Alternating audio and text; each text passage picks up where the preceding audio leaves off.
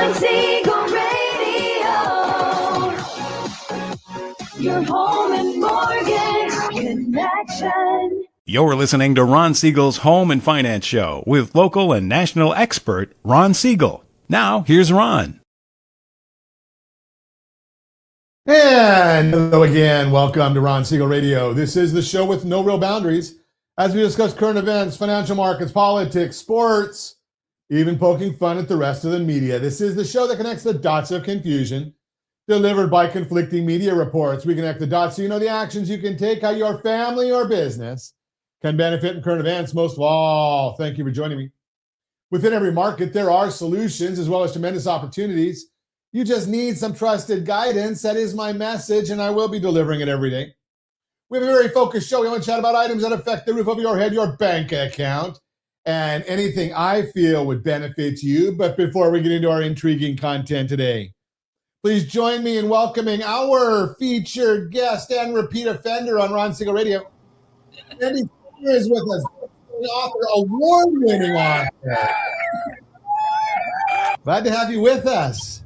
Thank you for having me. It's been fun sitting in with you before, and I was really looking forward to this morning. I'm looking forward to our discussion as well. And hey, if you ever have any finance-related questions, I am the consumer advocate looking out for you, and you can reach out to me directly. 800-306-1990, 800-306-1990, or ronsiegelradio.com. Just remember, that's the number you call anytime for assistance. When you call that number, it comes directly to me first. There are operators standing by. Quiet, numbskulls, I'm broadcasting. While I do have a great team when it comes to developing a financing plan, a plan to save you money, I personally work with you, even if you don't have any needs today. Save this number in your phone for future reference, 800-306-1990, 800-306-1990. And yes, we're celebrating today. We celebrate every day on Ron Siegel Radio. Hey, I like this one. We've got a couple of good ones here, although they don't help my weight loss journey. National Clam Chowder Day. I like clam chowder. Now, and Josh even has the white one on there. That's good. You like the white or the red? I guess it's a Boston or New England clam chowder or Manhattan clam chowder. Is it any surprise that the Manhattan chowder would be the darker one? New York's always been known for being a little bit more dirty than Boston, the clean and proper area. But do you like it watery or do you like it thick? I like a nice thick chowder, lots of clams in there, good stuff. And it's also National Chocolate Covered Nut Day, another one of my favorites. And for those of you that are old like me, sometimes you feel like a nut, sometimes you don't. Do you remember that commercial? Yes, Almond Joy and Mounds. But this is just National Chocolate Covered Nut Day. Almonds, I like them. Peanuts, okay. Cashews, chocolate-covered macadamia nuts. But, I have to do as a public service, if I'm going to have a chocolate-covered macadamia nut, I have to go to Hawaii and get them firsthand. It's just a public service. Somebody's got to do it. And yes, I will be that one that'll just take that on just as a public service and go get some chocolate-covered macadamia nuts to share around. Let's see what's doing in the markets today. We've got basically nothing. So we've got the 10-year Treasury up 4 basis points. I'm not sorry about that. Almost a half a basis point, not 4 basis points, a half a basis point. 4.038, not doing a whole heck of a lot. The mortgage bond is down 1 basis point. Now it's 2 basis points. Again, not enough to matter. The Dow Jones Industrial Average up 258 points. The NASDAQ is up 249. S&P 500 is up 52. And oil's down 20 cents a barrel. Why are the markets doing what they're doing? Well, it's pretty simple. We're all on alert.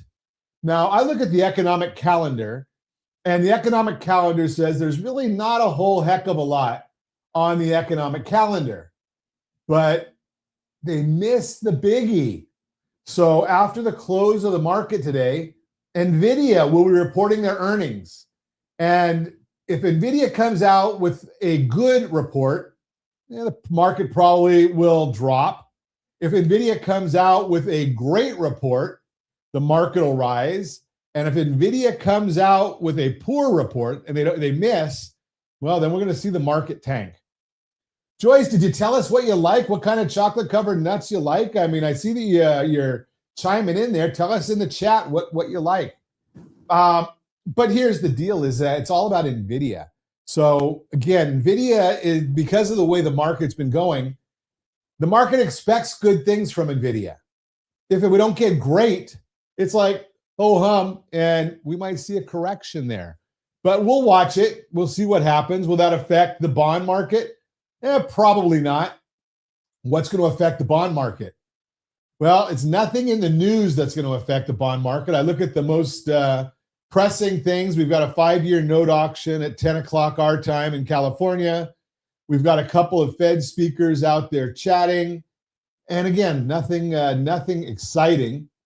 And I'm looking, I have a feeling that there's got to be an error in the numbers that have come out this morning, because I'm seeing that there's a big buildup in crude oil.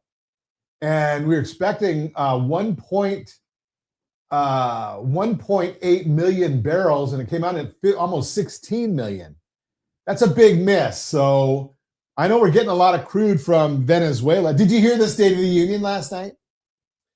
It's interesting because I share on there, no one that's watching the State of the Union is going to change their mind over anything. We're so politicized or polarized right now that if you were a Trump fan going into the State of the Union, you still are. If you are a Trump hater going into the State of the Union, you still are. But I found it pretty interesting when you look at the rebuttal from the Virginia governor, newly elected. That's who the Democrats put up, is the newly elected governor of the state of Virginia.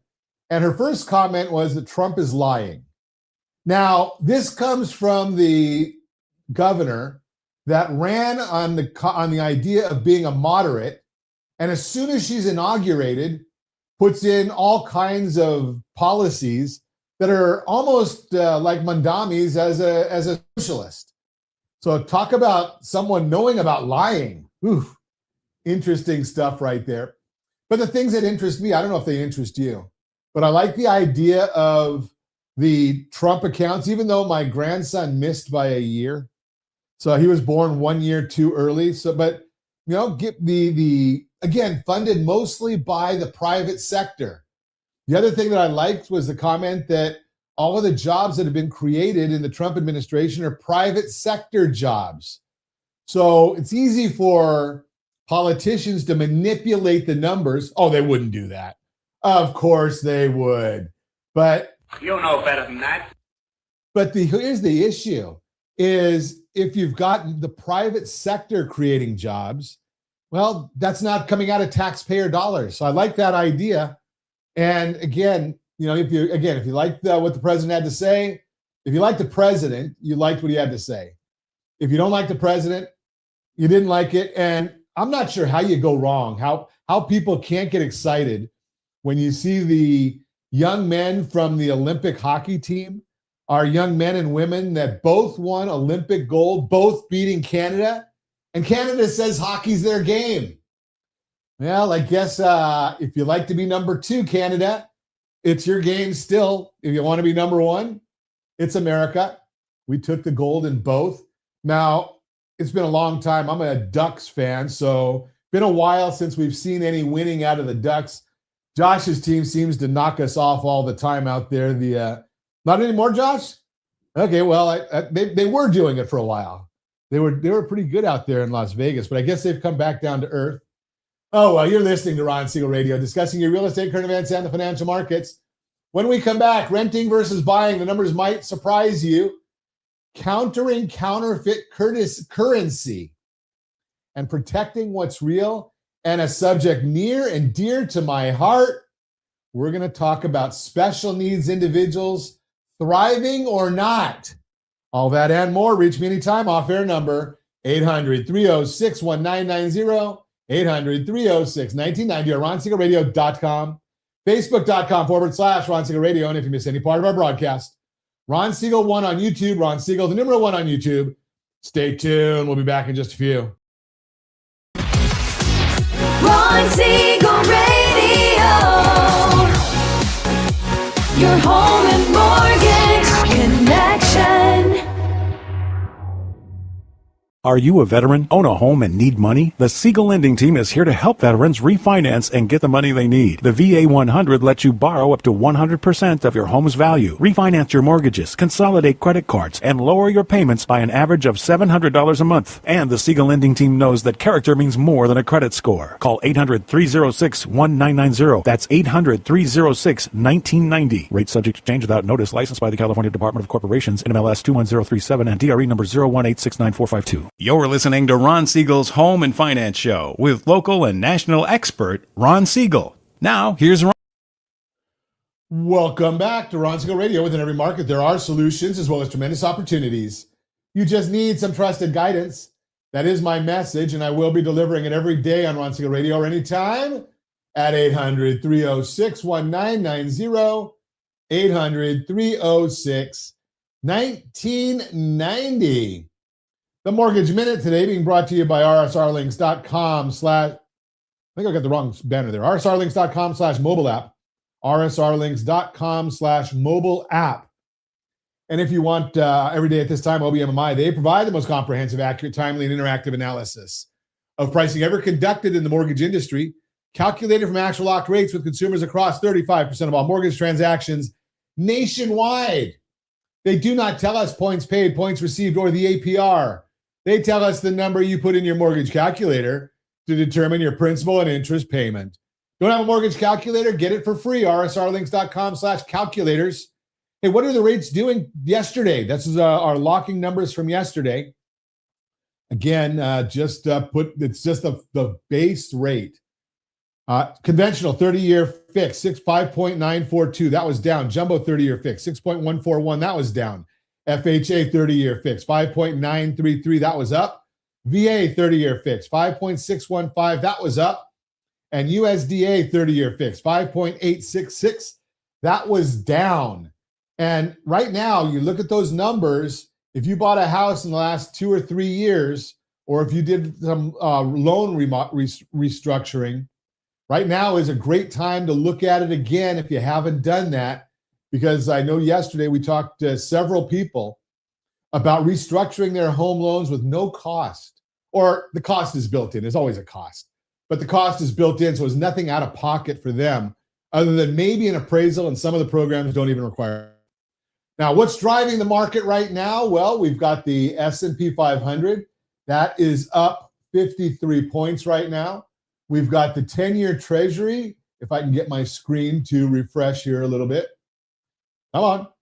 That one there is flat, 4.036. That's the yield on the 10-year Treasury. And the mortgage bond is up 2 basis points. You remember before I said it was down 2. Now it's up 2. Either way, it doesn't matter because that doesn't move the needle on anything. Why is it happening? Well, after the close of the stock market, NVIDIA reports earnings, which could be a market mover. Last night, President Trump delivered the State of the Union address.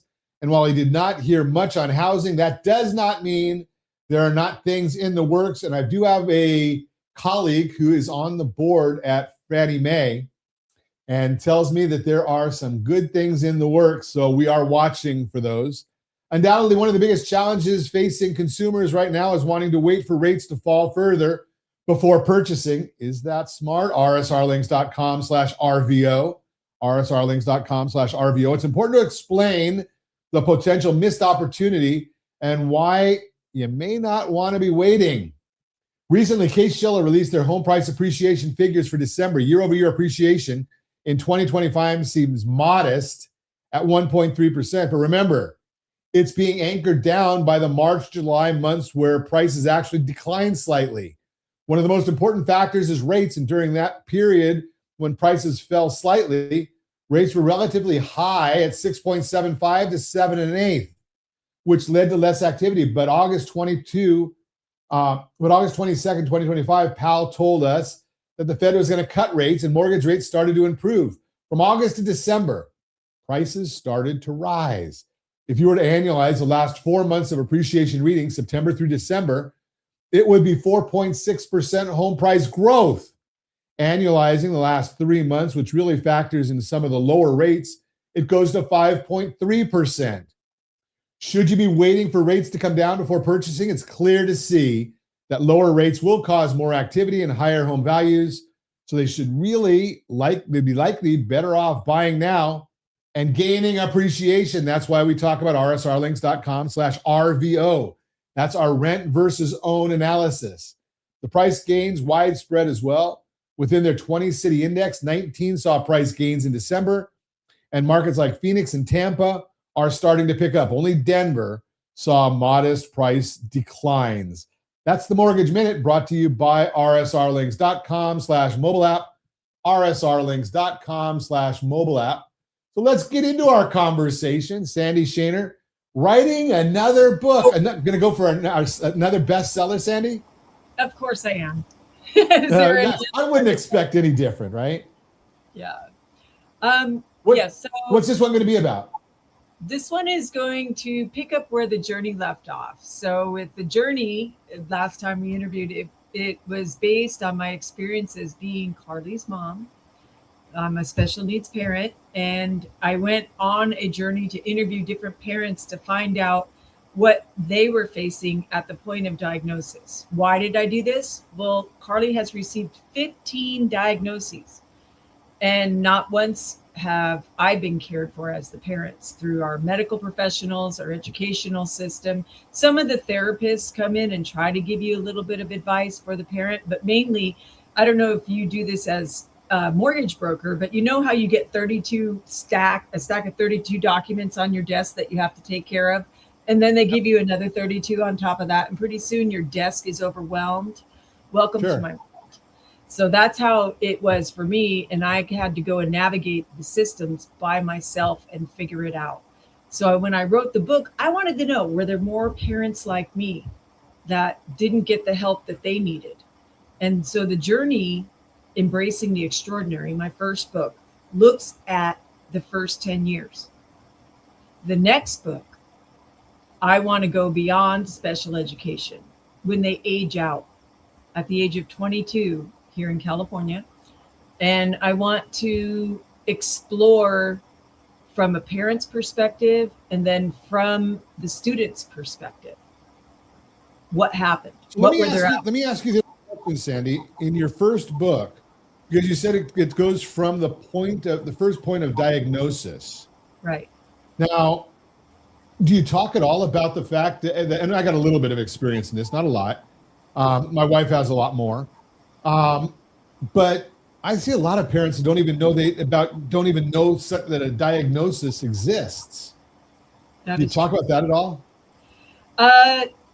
There's the parents that I interviewed for the first book know they have a diagnosis. They are in special education. They are seeing doctors. Many of them were moderate to severe levels.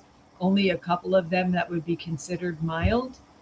And then we explored outside of the education and medical systems what types of services could benefit us that nobody tells us about. And so we stepped outside of our box and started to explore Western medicine, different types of therapies, sound therapy and stuff like that. And the book is written in parables, so it's a super easy read.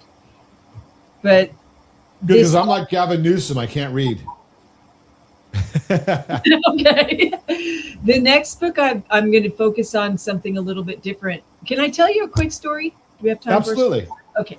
So I was over here. I live in San Diego, and I was right over here at the Claremont Square at the movie theater before they shut it down.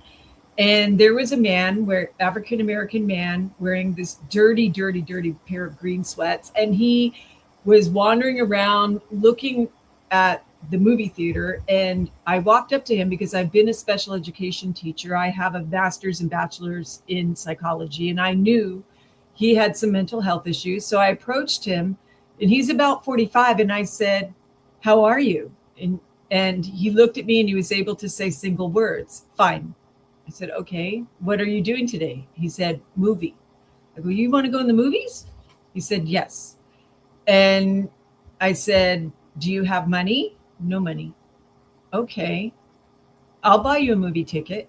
Come on in." I took him into the movies. He pointed at the poster he wanted to see. I asked him if he was hungry. And the staff at the movie theater were like, no, don't do this. And I did it anyway. Got him some popcorn and a hot dog and a soda. And then I said, take care. And I observed that walking away thinking, what happened? How do you end up here from special ed? Because at the time I was still teaching and I had little kids, elementary school kids. And I saw that, and I saw that next level of what happens to them. I knew he knew teacher talk because he responded to my questions. So then the next day I pull up to Vaughn's, which is on the other side of the mall. And there's, excuse me for saying this, a white butt facing me with the same green pair of pants. Okay, obviously different person, same green pair of sweats. But they were falling off of him, and my daughter was sitting there. And so I opened my door and I said, pants up. He was bent over into a trash can, pulling out a box of chicken. And he jumps up and goes, yes, ma'am, pants up, pants up. And I go, okay. I'm like, what are you doing? And he said, chicken. Are you hungry? And I'm still pondering about these green pants, and yeah, hungry, chicken. I go, no, put chicken in trash. And I gave him some money. I go, do you know how to spend money? Yes. And I go, what do you eat with chicken if you have money? He goes, candy. I'm like, no. Vegetables. I go, chicken, vegetable, then candy. Yeah. Okay. So I gave him the $10. And then it really hit me. This is a huge problem. We have two men and one green pair of sweats, both about the same age, one black, one white. What happened? What happened? How did they get there? Are their parents alive? Did their parents prepare for them? Were there financial services put in place at the point of diagnosis? Did anybody bother to tell the parents that they need to do this? Was there a conservatorship? Where did this state go wrong? What policies failed us? And how am I going to be the one to change it? Now I'm a doctoral student at USC, and this is the topic of my dissertation, but I need to write this next book in layman terms because most people don't read dissertations. I can tell you, I probably wouldn't read a dissertation, but if you got the book come out on Audible, then I'll be there. And I know that you're looking for some folks to chat with about it.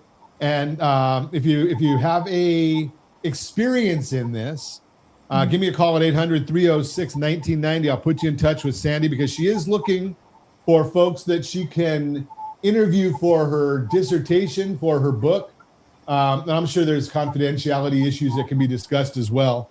But give me a call again, 800-306-1990. You are listening to Ron Siegel Radio, discussing your real estate current events and the financial markets. When we come back, renting versus buying, the numbers might surprise you, and more with Sandi Shaner. You can reach me anytime. Off-air number, 800-306-1990, 800-306-1990, or RonSiegelRadio.com, Facebook.com/Ron Siegel Radio. And if you miss any part of our broadcast, Ron Siegel 1 on YouTube, Ron Siegel, the number 1 on YouTube.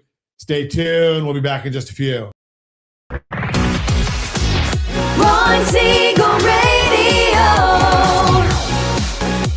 your home and mortgage connection. Confused about the home buying process? Or curious how much you really know about buying a home? Take the First Home IQ quiz to test your understanding of buying a home.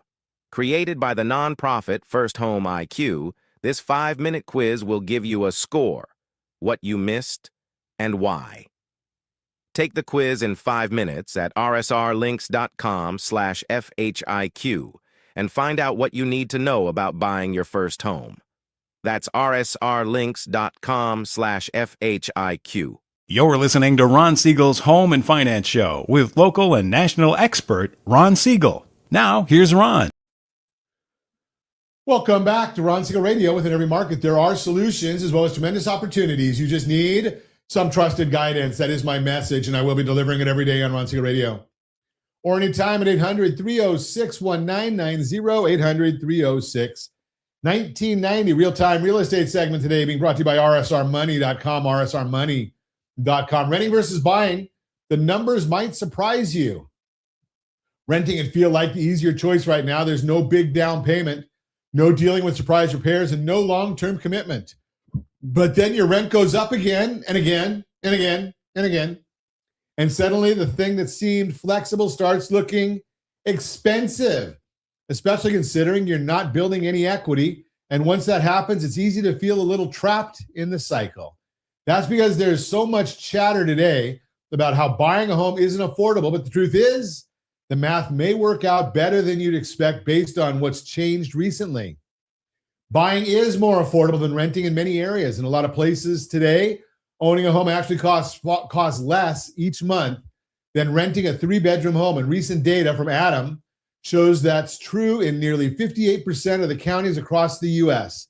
If you're watching us on ronsiegelradio.tv, any of our socials, or the ABC News and Talk AM 1490, FM 98.1 video feed, you are seeing a chart showing owning a home is more affordable than renting a home, a 3-bedroom home, in 57.7% of the counties.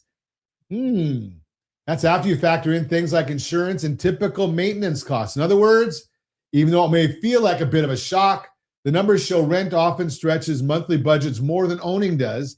That's thanks to slower home price growth, more homes for sale, and monthly mortgage payments starting to ease as rates come down. Affordability still varies by region. Now, even though nationally the balance has shifted, that doesn't mean buying is more affordable in every market or for every renter. While buying is more affordable than renting in nearly 58% of the counties nationwide, that share looks different depending on your region. Again, another chart, affordability is returning to the market. The biggest improvement is happening in the Midwest and South. But if you're living in the West, things could still feel tight. Yeah, it does. The takeaway, how affordable buying is really depends on where you live. And the only way to know how this plays out where you live is to look at the numbers locally. So what's still holding buyers back? Maybe you're nodding along so far, but thinking, okay, but I still can't afford the upfront cost. If that's your reaction, you're not the only one. For many renters, the biggest hurdle isn't the monthly payment alone.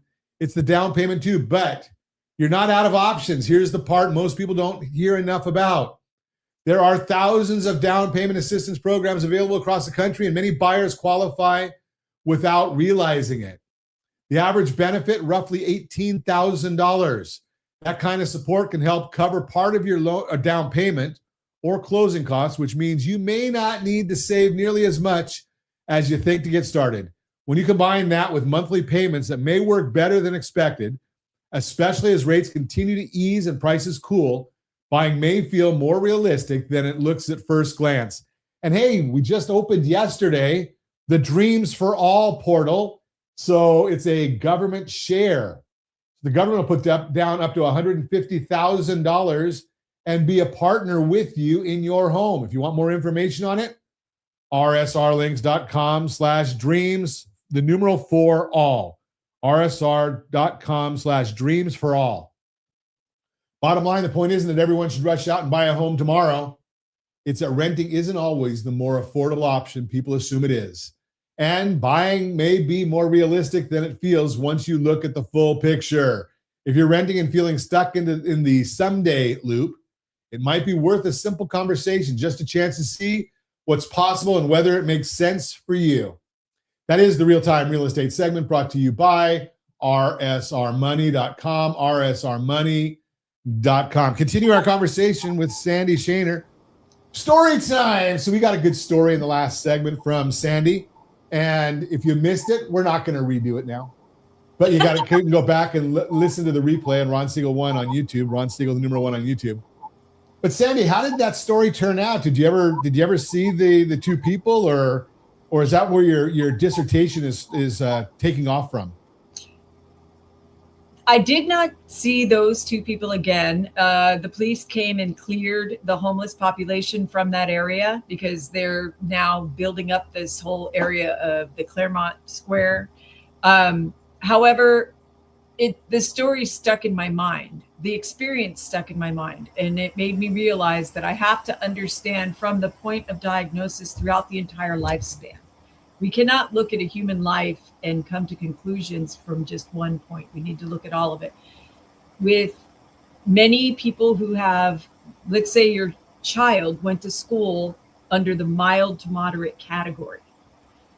I have been talking to a lot of people who said that they feel like they failed their kids because they ended up homeless. They ended up choosing something to get away from society and the demands and the therapies and all these other things and live a life that they would have never chosen for them. Some of them have lost their children to drug addiction and overdose and, you know, other aspects of losing your child. I want to be able to look at all of it because, as having been a special education teacher, I did it for 3 years so that I can get into USC. To be honest, I didn't go in there expecting to be a teacher for long, but I went in there as a researcher. And I wasn't so much looking at what was right. I was looking for what was missing. Where are the gaps? Where is the problem in practice? Right. And then I'm looking at some of the government policies and I'm thinking the same thing. Where is the problem of practice? How can we fulfill these gaps? I'm sure financial advisors and mortgage brokers, they do the same thing within your field. Major corporations do the same thing in theirs. I have this laser focused on children with special needs who become adults, their parents, and what is missing. So if somebody wants to be interviewed on this, I need your knowledge. I need your knowledge in the same way a politician does. Even though I'm an author and I'm releasing a private book, I'm hoping to get that story out to the masses and bring change. Be sure nice if you could, because having gone through it for so many years and being in that arena, it's a shame that my personal opinion, and I share it openly, the schools don't really care about the kids. What my feeling is that the schools care about how cheap they can get the kids through the system. And it doesn't really matter what the outcome is. It's just they did their job. They put a stamp on it. They got a child through the system cheap. And what happens to the kid afterwards, not their problem. My opinion, and I'm right. But I want to know what you see as the gaps in policies for these children with disabilities. Okay, so what I've identified is, and I've written material on it through the book, The Journey, Embracing the Extraordinary, is that at the point of diagnosis, parents are left in overwhelm and they, out of their own defense mechanism, they go into a state of denial and they miss out on like 5 to 10 years of different actions they could have made. And then once they get past the age of 10, they're thinking they could have, should have, would have, right? So I believe that at the point of diagnosis, you need to hand them, which I've written, a 5-day action plan. This tells you exactly what you're going to need to know right now so that you can keep your head in the game. Then a 10-week stabilization plan. For example, you're looking at the differences between rent versus own right now. Parents aren't thinking about that. They're thinking about, how do I get ABA therapy? How do I get my kid to stop screaming? How do I get these things to happen? And they're constantly battling in the education system. I did that. You never wanted to sit in an IEP meeting with me. I would just tear everybody apart in the room for the longest time. Back up a little bit, because I'm a simple person. I know some of our listeners are. What is an IEP meeting? Oh, individual education plan at school. That is the document that gets you special education services. Thank you for stopping me, because my brain goes full on sometimes. So you said something there that I want you to go back on, because I've seen this myself. So you said that you don't want to sit in an IEP meeting with you because of what? Say that again. I will tear everything apart. I'm not the person. Most parents are just going to sign because they don't understand. I'm going to ask questions about everything and make demands in every single category. My 1-hour meeting is always 2 hours. And you can do that. You can do that. You can advocate. And here's another little trick for those who are in the middle of the IEP process. If you don't like the outcome, don't sign it. It's a contract between you and the state of California that is to be fulfilled by the district that your child attends. But if you don't like it, just say, no, I'm not signing it. Nope, not signing it. And eventually they give you what you want, just so you sign it and then get it off their desk. Yeah, there was several times that we were sitting in those and we signed as in attendance only, that we didn't agree with the assessment. Mm-hmm. But we said, yeah, we're here, because we didn't want them to say that there was a no-show or have anything like that, but in attendance only. Yep. So I think that you and my wife would get along great, because that not only didn't the school districts didn't she like the reform sometimes? I think she went full mama bear on them sometimes as well. So, you got to do what you got to do when you're taking care of your kids, right? Well, there's a way to put in some things to where parents don't have to be on that high alert stress level. The cortisol is going to, cause health problems over time. 10-week stabilization plan. Teach them how to buy versus rent. Teach them how to set up a special needs trust. Teach them about conservatorship. Teach them about what their rights are, not just handed a pamphlet at the beginning of every meeting, because you read So- that pamphlet and you really don't know. But teach So them. Sandy, when we come back, I want to talk to you a little bit about conservatorship and some of the pitfalls of conservatorship and some of the benefits of conservatorship. I want to talk to you about that when we come back. You're listening to Ron Siegel Radio, discussing your real estate current events and the financial markets. You can reach me anytime. Our off-air number, it's 800-306-1990, 800-306-1990, or ronsiegelradio.com. Facebook.com/Ron Siegel Radio. And again, if you miss any part of our broadcast, shame on you. But the replay is available. Ron Siegel 1 on YouTube. Ron Siegel, the number 1 on YouTube. Stay tuned. We'll be back in just a few. Ron Siegel Radio. Your home and mortgage connection. Do you know a homeowner experiencing divorce? Do you know a real estate reference and the divorce decree could cost tens of thousands of dollars? A certified divorce mortgage planning and real estate report could save you thousands of dollars, and it's free from your local certified divorce lending professional. Reach out to Ron today. RonIsMyLender.com.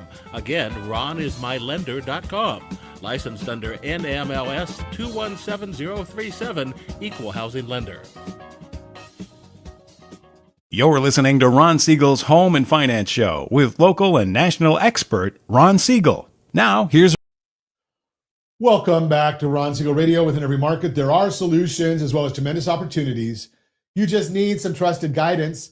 That is my message, and I will be delivering it every day on Ron Siegel Radio or anytime at 800-306-1990, 800-306-1990. Borrow Smart segment today being brought to you by GetHomeSelect.com, GetHomeSelect.com. I wanted to talk to you about currency and counterfeiting and how does that fit in with real estate and mortgage. But I don't have time today, so we're not going to do it. I'm just going to tell you, if you want to have the most liquidity from your real estate, the most access to your equity, go to GetHomeSelect.com, GetHomeSelect.com. Learn about the Wealth Builder Loan, the Wealth Builder Loan. It is the best loan on the market, especially for financial planning. And you can get all the information right there at GetHomeSelect.com. But I do want to get back so we have as much time as possible to speak with Sandi Shaner, talking about something that's near and dear to many of us. It's unfortunate that we hear so much now. I mean, I don't think you can come across, I bet if you walk up and you see 5 families, at least 3 of them are going to tell you their kids are on the spectrum. And I'm not doing it from a scientific standpoint. Maybe it's the circles I walk in. But everybody's got special needs individuals, and it's a shame that we have that so much in our society. So Sandi wrote one book from the perspective of her journey. We got another book coming, continuing, and the education standpoint. And there's a lot of education in there. And I know you're working on your doctorate. Mm-hmm. I don't know that. You're not, I'm assuming you're not an attorney. No, my doctorate is Okay. organizational change and leadership. I'm going after policy. Okay. And I'm not an attorney either, so we're not going to give you any kind of legal advice. But the concept here that we want to talk about, though, is conservatorship, because do you need it? What is it going to do? And are there risks involved in it? So, Sandi, do you have any input on that? I can talk a little bit about some of the conservatorship risk. Well, you're a little further along than I am, but I will tell you the strangest thing happened to me when Carly turned 12. And Carly is at about a 3-year-old functioning level, but I walked into the doctor's appointment and suddenly they had me sign a form on her behalf because she has full rights over her reproductive organs at that age, at the age of 12. And parents are no longer allowed to know. I was in shock because I didn't know that this law existed in California. Every time she goes to Children's Hospital, they want to take a pregnancy test. There's like little things start to creep up. And when Carly was 3, nobody bothered to tell me. And that's what I'm saying. There's a need for education on this topic, 100%. But there are different levels of conservatorship. And I did do a talk on it. I'll see if I can break it down. It was just an overview. Conservatorship itself, for someone like Carly, who is functioning at the age of 3, is what I need, right? And now if your child gets past the age of 18 and they can make some decisions, right? Then there's another level for you to participate in to make the decisions that they cannot make. And the laws break that down pretty clearly. Yeah, and I have a dear friend of mine who's had conservatorship over his mother, and she ended up getting keys to a car, went the wrong way on one of the toll roads, got in a head-on collision, and somebody was killed. And being that he was a conservator, he was responsible for it. So it's an interesting discussion that you have to really, really understand fully. And I would say, again, I'm just talking about it from a friend's standpoint. I'm not giving any kind of legal advice, so you really want to make sure you are dealing with that. But I do know somebody who had the same exact issue with a 12-year-old, special needs, went to the doctor, and they actually asked the mother to leave the room. And the mother said, if I leave the room, so will my child. Right? I mean, because they're not capable of making these decisions. You're not taking any medical decisions without me being present, which is why I just need this document. And on the mental health side, a lot of the insurance companies have that cut off at the age of 14. Right? So if you're getting ABA therapy or any kind of... What is ABA therapy? Applied behavioral analysis, which was Okay. formulated by B.F. Skinner to address behaviors in children with autism and ADHD and other neurological disorders.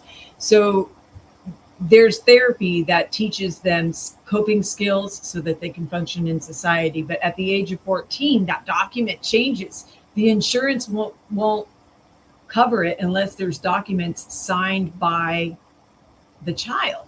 And I was like, well, my daughter doesn't write her name, so that's not happening. There's different things. The things that are missing would be determining at what level the conservatorship takes place. And here's an interesting call out. Excuse me. I would like to interview an attorney to really break this down for the book. It's one of the things I do beyond identifying the problem in my books, but I also present solutions for the readers. So if you have someone that I misunderstood what you said. You present or prevent? I present solutions. Gotcha. Okay, I misunderstood. Knowledge, ways to get more information. In the book, The Journey, half of it was interviews with the parents. The other half of it was, what can we do next? Always think in action. So speaking about that, what can we do next? I'm old, so I look at these things from the standpoint of an old man. What are there financial options to help parents who don't have a lot of money? Could that, so that their kids can be taken care of? There are, and you have to get involved with them right away. First of all, depending on how your child is labeled, mine is severe to profound intellectual disability, autism. She has so many diagnoses. She receives in-home support services for the rest of her life. Okay, so to keep her in the home while I'm able to provide her care as a caregiver, the state of California will pay me that wage to provide that care. But I'm 55 and I'm aging. And there's going to come a point where I need to pull in another caregiver to continue her care. If you have a child that is disabled and you want that, you can look at in-home support services. That's step one. And now if they're less severe, there's homes like Home of Guiding Hands here in San Diego. That is a nonprofit that works with children as they become adults and gets them jobs. You see some of them bagging groceries at a grocery store, stocking shelves, if they're able to get an income. And then the nonprofit uses federal funds that will get them into a home so that they can have some control over their life. The ARC Foundation, ARC, it used to be the Association of Retarded Children. Back in 1954, it was a group of parents very much like who we were starting our nonprofit, Carly's Cause, who got together and said, hey, we need babysitters for each other so we can go do different things. Well, now just in the San Diego location, I know because I did an interview with them quite a few years back. They have like $35 million a year going towards these programs from the federal government, plus a lot of private funders in each city that has an ARC location. And they help that they have programs that you can get involved in starting at the age of 18 to help your child flourish, to figure out what is their what next, right? For Carly, she's going to need constant care because she doesn't have one diagnosis. She has 15. She needs to stay in the home. I know this. And I have been working my entire life to make sure that she has that love coming from our home. But if you have a child who is a little bit more higher functioning, then you at about the age of 12, I recommend you start looking into the laws, start looking into the additional programs, and figure out what your what's next might be. Yeah, that's a great piece of advice. I do know a family that has a mentally retarded child, and mom and dad were, or the father was doing extremely well, very, very successful. And he started seeing reaching his own mortality. He wanted to get services, and at that time the child was 40, and the government started saying, well, you never needed him before, so she doesn't qualify anymore. Oh, that angers me. I would just love to get a hold of that policy. Yeah. By the way, Ron, I have to correct you because parents out there might be reeling. We don't use the word retarded anymore. I mentioned it because that was back in the 50s. We use intellectually disabled or just disabled. Well, and ironic, it's kind of funny you say that because I do know a child just in the last 5 or 6 years that was diagnosed as clinically mentally retarded. Really? Yeah, and they used that terminology, and I guess is if it's an IQ below 70, they said is where that diagnosis comes from. The proper language for that is intellectual disability. Well, it goes back to what I said in the opening block: is all the districts care about, not the teachers. The teachers, there's a lot of great teachers out there. The districts just want the kids to get through the system as quick and cheap as possible. There's a whole different. But if let's I don't have any time left, but I do want to make sure that I do throw out there that Sandi is looking for people who are willing to help. They've gone through this journey. That she's trying to, in this dissertation that she's writing and the book she's writing, she's looking for people that can be interviewed, that can share. I don't know anything about it other than that. If you want to get the information, go to sandishaner.com, SandiShaner.com, and there's some info that you can reach out to her. Or if you don't remember that, which I know a lot of people don't, all you have to do is go to ronsiegelradio.com. You can reach out to me. Call me at 800-306-1990. I read smoke signals. I have social media, all of the above. And I'll put you in touch with Sandi. And because I've probably got a half a dozen people that we're going to make introductions to as well, just to try and do what we can, because there's a lot of kids that have this. Now, be aware. I want to throw this in there, and I know it's very, very late.